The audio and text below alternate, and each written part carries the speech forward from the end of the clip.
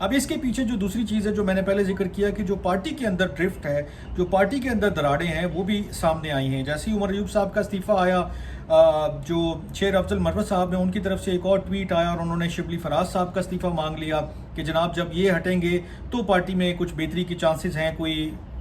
جو چیزیں stream line کرنے کی ضرورت ہے وہ بہتر ہو سکتی ہیں. لیکن اس کے فوراً بعد جب کسی رپورٹر نے شبلی فراز صاحب سے پوچھا کہ جناب آپ کا اس کے اوپر کیا خیال ہے، تو انہوں نے کہا غیر اہم لوگوں کے بارے میں زیادہ بات نہیں کرتا ہوں یا ان کی باتوں کو ویٹیج نہیں دیتا ہوں یا ان کے جواب دینا مناسب نہیں سمجھتا ہوں. کچھ اس قسم کا ان کا جواب تھا. اور فواد چودھری صاحب کے بارے میں بھی انہوں نے کہا کہ جو لوگ چھوڑ کر گئے تھے پارٹی ان کو واپس نہیں لینا چاہیے. اسی طرح حامد خان صاحب نے بھی اس طرح کی بات کی کہ جو لوگ مشکل وقت میں پارٹی کو چھوڑ کر گئے تھے ان کو واپس نہیں لینا چاہیے. اس کے ساتھ ہی جو جنید اکبر صاحب ہیں، پاکستان تحریک انصاف کے ایک بڑے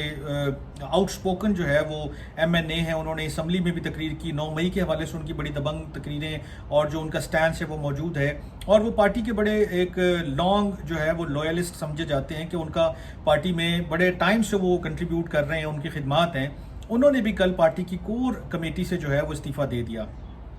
اور یہ استعفیٰ انہی وجوہات کی بنا پر دیا کہ جو چیزیں وہ چاہتے ہیں، جو چیزیں وہ کرنا چاہتے ہیں، جس کی کوشش وہ کرتے ہیں، وہ چیزیں ہو نہیں پا رہی ہیں. ان کے ساتھ ساتھ ایک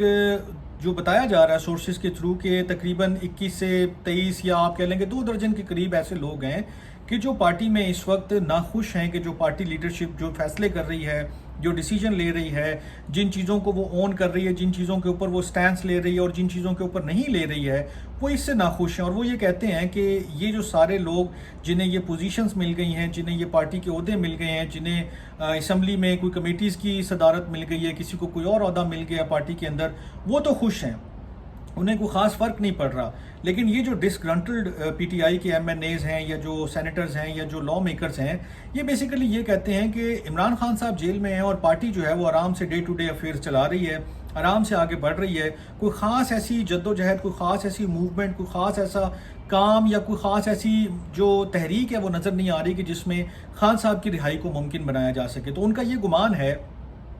کہ ایسا لگتا ہے کہ یہ جو تمام لوگ بیٹھے ہوئے ہیں جن کو پوزیشنز مل گئی ہیں پارٹی کے اندر، وہ اسی صورتحال سے کانٹینٹ ہیں، وہ خوش ہیں، وہ ایزی ہیں کہ ٹھیک ہے جیسا چل رہا ہے ویسا چلتا رہے اور خان صاحب اندر رہے، باقی جو کور لیڈرشپ ہے وہ بھی اندر رہے یا روپوش رہے، اور یہ جو لوگ موجود ہیں باہر پارٹی کے، یہ اپنا کام ڈے ٹو ڈے افیئرز جو چیزیں چل رہی ہیں اس کو چلاتے رہیں. اب یہ جو دونوں صورتیں مکس ہوئی ہیں، اس کے اندر جو ابھی اطلاعات آ رہی ہیں، جو معاملات جب خان صاحب کے سامنے رکھے گئے تو انہوں نے جو پارٹی کے جو ناراض آپ کہہ لیں کہ یا ناخوش جو اراکین ہیں ان کی فہرست طلب کی ہے اور ان کے حوالے سے معلومات بھی مانگی ہیں کہ وہ بیسیکلی کیوں ناراض ہیں، ان کا کیا موقف ہے اور وہ کیوں اپنی ریزنٹمنٹ جو ہے یا اپنی ریزرویشنز جو ہیں وہ شو کر رہے ہیں. اب ان کو بتانے والے لوگ کیا بتاتے ہیں، کتنا بتاتے ہیں، یہ انہی کے اوپر ڈیپینڈ کرتا ہے. اور خان صاحب اس کو انڈیپینڈنٹلی میرا خیال ہے اس پوزیشن میں تو شاید نہیں ہے کہ وہ خود سے ویریفائی کر سکے، کیونکہ جیل میں ایک لمیٹڈ ایکسیس ہے، لمیٹڈ سی چیزیں ہیں. تو اس کے حساب سے خان صاحب کا فیصلہ اب کیا آتا ہے اس کے اوپر، وہ کیسے اس کو ٹریٹ کرتے ہیں، وہ ان لوگوں کو کوئی وارننگ ایشو کرتے ہیں یا ان لوگوں کو پارٹی سے نکالتے ہیں یا ان لوگوں کو پرسویٹ کرنے کے لیے پارٹی لیڈرشپ کو کوئی احکامات جاری کرتے ہیں کہ آپ ان لوگوں کی بات سنیں اور ان کی بات میں جو وزن ہے، جو اگر آپ کو فیل ہوتا ہے کہ ان کی بات میں کوئی دم ہے تو ان کی بات کو بھی آپ اہمیت دیں، بجائے اس کی کہ یہ ایک ایک کر کے کوئی پارٹی کی کور لیڈرشپ چھوڑ دے، کوئی کسی اور پوزیشن سے پیچھے ہٹ جائے، کوئی استعفیٰ دے دے اور پھر استعفیٰ دینے کے بعد آپ مجھ سے تقاضا کریں کہ جناب اس کے اوپر یو ٹرن لیا جائے اور فلاں کیا جائے. تو یہ چیزیں ختم ہونی چاہیے. پارٹی پہلے ہی بہت مشکل میں ہے اور بہت زیادہ جو ہے وہ سیکریفائسز کرنے کے باوجود ابھی تک اس پوزیشن پر یا اس مقام پر نہیں پہنچی کہ جہاں اس کو جو وہ سمجھتے ہیں پی ٹی آئی والے کہ جو ان کا ڈیو رائٹ ہے وہ نہیں مل رہا. اس سارے کے بیچ میں جو احتجاج کی کال تھی یا جو ریلیز کی جو بات چل رہی تھی یا جو ملک کی احتجاج کرنے کی جو بات چل رہی تھی کہ عمران خان صاحب کی رہائی کے حوالے سے، وہ بھی تھوڑا سا مدھم پڑ گیا ہے. بے شک ریلیز ہوئی ہیں 2-3 دن ادھر کانسٹیٹیوشن ایونیو کے اوپر بھی، لیکن جو ایک اس کا جو پہلے پی ٹی آئی کا ایک خاصہ تھا کہ کال آتی تھی اور فوراً لوگ نکل آتے تھے، وہ بھی تھوڑا مدھم پڑ گیا. اس کی ایک وجہ یہ بھی ہے کہ کریک ڈاؤن اتنا شدید ہوتا ہے اور پکڑ دکڑ یا پرچے اتنے زیادہ ہو جاتے ہیں کہ اب لوگ شاید اس طرح سے نکل بھی نہیں پا رہے ہیں. اور یہ جو ڈسکنٹرول پی ٹی آئی کے لیڈرشپ ہے وہ بھی یہ سمجھتی ہے کہ ہم نے جو اتنا ڈیلے کیا ہے احتجاج کرنے میں، اتنا جو وقت لیا ہے لوگوں کو موبلائز کرنے میں اور ان کو باہر نکالنے میں، یہ بیسیکلی اس کا خمیازہ بھگت رہی ہے پارٹی. لیکن یہ ساری صورتحال بتانے کا مقصد یہ تھا کہ جو خان صاحب سے انہوں نے یو ٹرن کا مطالبہ کیا ہے وہ بھی بڑا انہونا ہے، جو عمر ایوب صاحب نے استعفیٰ دیا وہ بھی بڑی انہونی سی بات ہے، پھر جو پارٹی کی کور لیڈرشپ جو ہے وہ ایک ایک کر کے پیچھے ہو رہی ہے، ڈسٹنس کر رہی ہے اپنے آپ کو، جو ہے ان لوگوں سے جو پارٹی کے ابھی مین لیڈرشپ کے طور پر جانی جاتی ہے ان سے ڈسٹنس کر رہے ہیں، یہ بھی ایک بڑا مسئلہ بنا ہوا ہے پارٹی کے اندر بھی اور پارٹی کی جو مین لیڈرشپ ہے اس کے لیے بھی۔ تو اس ساری صورتحال میں ایک نیا نام بھی سامنے آیا تھا اور اس کو بریفلی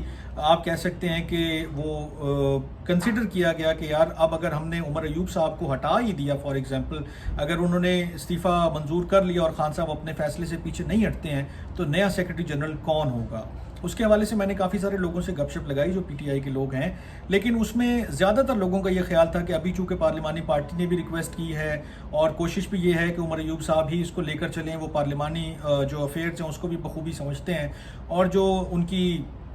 ایک لانگ جو ہے وہ ایک کیریئر ہے پولیٹیکل، جو ایک ورکر کے حساب سے بھی اور ایک لیڈر کے حساب سے بھی، تو ہی از دی موسٹ سوٹیبل کینڈیڈیٹ۔ لیکن بہرحال کہیں نہ کہیں جو سابق صدر ہیں عارف علوی صاحب، ان کا نام بھی گردش میں ہے، ان کے نام پہ جو ہے وہ تھوڑی بہت کم سے کم یہ والا ویو ضرور آ رہا ہے کہ ہاں اگر کسی کو مطلب اگر عمر ایوب صاحب کو ریپلیس کرنا ہو تو کوئی اس قسم کا ہی بندہ چاہیے ہوگا کہ جو اس لیول پہ آ کے اس طرح کی چیزوں کو سنبھال سکے یا مینٹین کر سکے یا آگے لے کر چل سکے۔ اب یہ کیا فیصلہ ہوتا ہے اس کے بارے میں، کب ہوتا ہے، کیسے ہوتا ہے، کیا عمر ایوب صاحب واپس رہیں گے یا ان کو کوئی ریپلیس کرے گا، اور ریپلیس کرے گا تو کیا علوی صاحب ریپلیس کریں گے یا کوئی اور ان کی جگہ پر اپنی جو ہے وہ جگہ بنائے گا، یہ آئندہ دنوں میں ہم دیکھیں گے اور آپ کے ساتھ جو بھی انفارمیشن آتی رہے گی اس حوالے سے شیئر کرتے رہیں گے۔ لیکن فی الحال جو ان یوزول چیزیں تھیں آج کے ویلاگ میں نے وہ آپ کے ساتھ ڈسکس کی ہیں۔ اب آئندہ جو بھی چیزیں آتی رہیں گی وہ بھی آپ کی گوش گزار کرتا رہوں گا۔ تب تک کے لیے اپنا بہت خیال رکھیے گا۔ اللہ نگہبان۔